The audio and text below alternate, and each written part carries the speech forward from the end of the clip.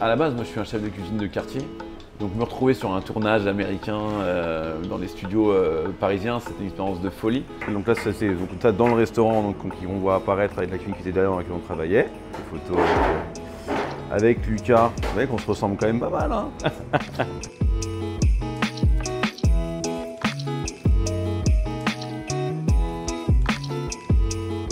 C'est moi, je m'appelle Thibaut Spivak et je suis chef et propriétaire du restaurant Anona à Paris dans le 17e arrondissement. J'ai élaboré toute la carte en fait, du nouveau restaurant de Gabriel. Donc spoiler alert, c'est un restaurant qui s'inspire les origines normandes de sa grand-mère, Gigi, qui se veut gastronomique, très gastronomique.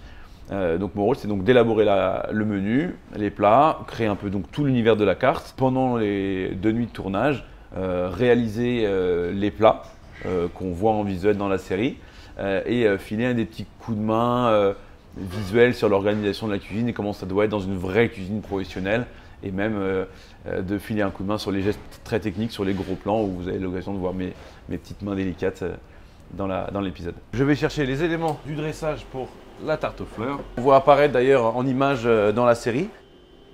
On démarre avec un fond de purée de courge, la mousse de camembert. On va déposer différentes pousses et fleurs directement dans l'assiette.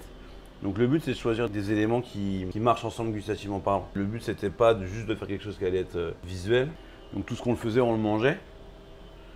On vérifiait qu'on jouait le jeu à fond. Et donc voici donc la tarte aux fleurs, donc un plat qui apparaît dans la saison 3 de Emily in Paris. Par rapport au personnage Gabriel, est-ce que vous vous retrouvez un peu dedans? Je ne sais pas si je me retrouve dedans, il doit faire 1m85, très très beau gosse. Je fais 1m75 et j'ai pas cette chance-là. Ce que Lucas Bravo, donc l'acteur de Gabriel, voulait, c'était porter un point d'honneur à crédibiliser la cuisine et pas rester forcément dans les clichés des premières saisons avec une cuisine très terroir, etc. Il voulait quelque chose de plus moderne. Ça lui tenait vraiment à cœur de mettre en avant une cuisine plus végétale, plus éthique. Il s'est même habillé en moi, si je veux dire. C'est qu'il a choisi en fait sa tenue de travail de nouveau restaurant par rapport à ma tenue de travail ici. Donc c'était assez marrant, c'est un peu comme si les rôles s'inversaient. Et dans votre restaurant, est-ce qu'on peut ou est-ce qu'on pourra goûter les plats de la série ou c'est pas prévu? Ça c'est une vraie question. Pour l'instant, j'ai pas de demande précise. Les portes restent ouvertes en soi, je suis pas arrêté là-dessus.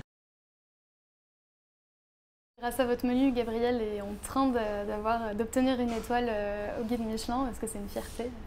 Le fait qu'il se serve de mon esprit de travail et de ma cuisine pour représenter un restaurant qui est en train d'obtenir l'étoile au guide Michelin, ouais, c'est une fierté, c'est génial. Après, maintenant, il faut plus qu'on le chope ici, comme ça, ça sera une true story, quoi.